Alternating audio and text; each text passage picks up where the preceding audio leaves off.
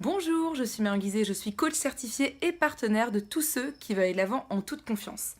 Et aujourd'hui, je voudrais vous parler d'un sujet qui peut-être va vous toucher, c'est celui de comment gérer des relations qui peuvent des fois nous sembler envahissantes au sein de notre entourage. Alors ça peut être par exemple une collègue qui nous mène la vie dure au travail parce qu'on n'a peut-être pas su la recadrer au début de notre contrat, ou alors un proche qui s'invite souvent chez nous le week-end sans vraiment crier gare, ou alors une très bonne amie qui nous donne beaucoup de conseils sur la manière de gérer notre vie sans que forcément on lui demande.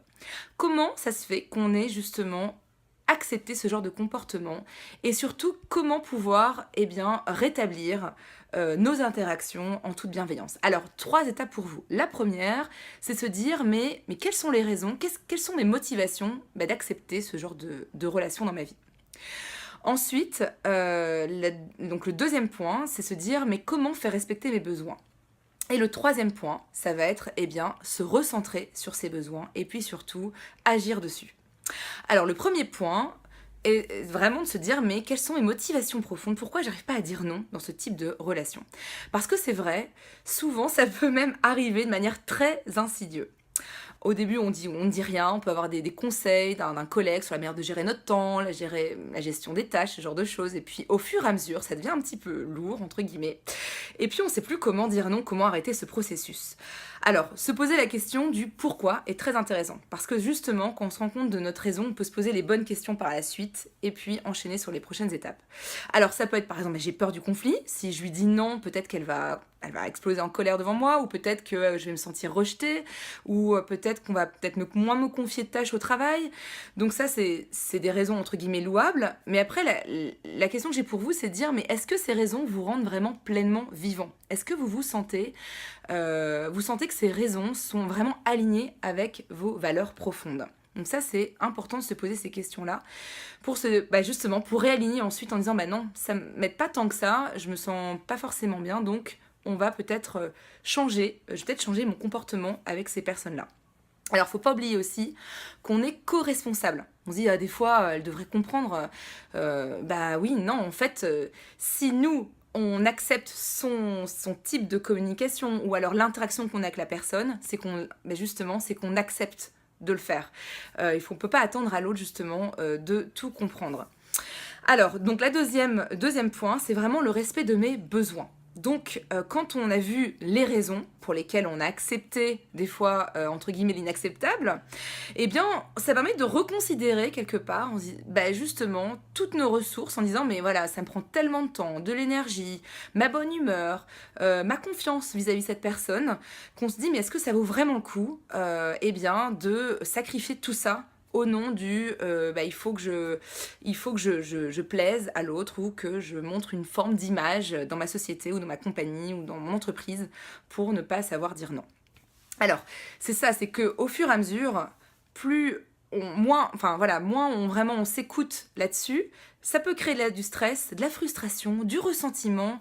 On a peut-être des fois l'envie de se dire mais il faut que je me sacrifie. Enfin, je veux dire, c'est normal quand on aime quelqu'un de sacrifier, de rester peut-être plus d'heures au travail en me disant c'est tout à fait normal pour que je puisse être vue comme un bon employé, ou alors ça peut être au niveau de notre conjoint en disant pour lui montrer que je l'aime, mais au fond de nous on se rend compte que c'est pas du tout aligné avec nos besoins, on aurait peut-être envie de faire d'autres choses, peut-être rester moins longtemps au travail pour être plus avec notre famille ou nos amis.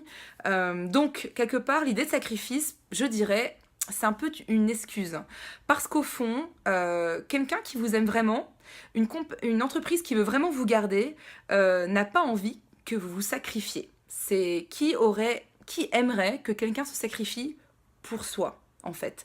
Au contraire, on a plus envie que cette personne, elle soit vraiment authentique et qu'elle se respecte totalement. Ça, ce serait vraiment le cadeau.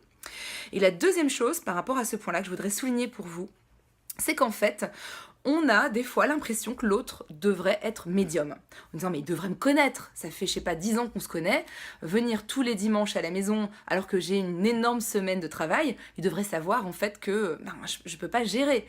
Eh bien non, la nouvelle, c'est que la personne n'est pas médium, et tant que vous n'exprimerez pas vos besoins, elle ne pourra pas le savoir. personne, au fond, ne peut être mieux placé que vous-même. Donc ça, c'est vraiment important, c'est en fait d'être actif sur ses besoins, parce que laisser l'autre la possibilité d'être médium sur ses besoins, mais c'est tout simplement être passif dans la relation. Alors ensuite, le troisième point pour vous, c'est tout simplement exprimer vos besoins. Oui, mais aussi les honorer dans votre vie. Donc par exemple, si vous vous sentez que ce qui vous ferait vraiment du bien et vous rendrait peut-être plus heureuse, eh bien, ou heureux, c'est d'avoir ce temps pour vous tout seul dimanche, d'aller voir vos amis, d'aller finir ce livre en fait ce soir, alors plutôt que de dire oui à aller prendre un verre avec un collègue par exemple. Ou alors ça peut être de commencer un cours de poterie, parce que vous avez toujours rêvé de faire un cours manuel. Donc c'est vraiment de laisser l'espace pour ce qui vous rend vraiment vivant. Quand on se crée cet espace-là dans sa vie, eh bien ça nous permet quoi? Ça nous permet de nous sentir plus forts, plus ancrés, on booste notre énergie vitale et donc on s'affirme avec beaucoup plus d'aisance en fait au sein de notre entourage. Donc c'est vraiment un énorme plus. Et puis la deuxième chose, c'est qu'en fait on devient actif de notre bonheur. On n'attend pas que l'autre, justement dans ses talents de médium non reconnus encore, eh bien réponde à nos besoins profonds. On se dit mais c'est moi, j'agis pour mon bonheur, je me connais et maintenant voilà, j'avance par rapport à ça. Donc je vous invite vraiment, voilà, revisiter quelles sont les raisons profondes pour lesquelles je dis oui, alors qu'au fond moi-même j'ai peut-être envie de dire non, j'ai peut-être envie de dire, de mettre des limites par rapport à ce type d'interaction. C'est vous responsabiliser en fait, tout simplement, avec cette personne ou cet entourage, et puis de prendre soin de vous, en toute bienveillance, en répondant à vos besoins profonds. Voilà, donc j'espère que cette vidéo vous aura inspiré. Si vous voulez la partager sur vos réseaux sociaux, n'hésitez pas, ça pourra peut-être inspirer d'autres personnes, et puis si vous avez des questions, écrivez-moi, à bientôt.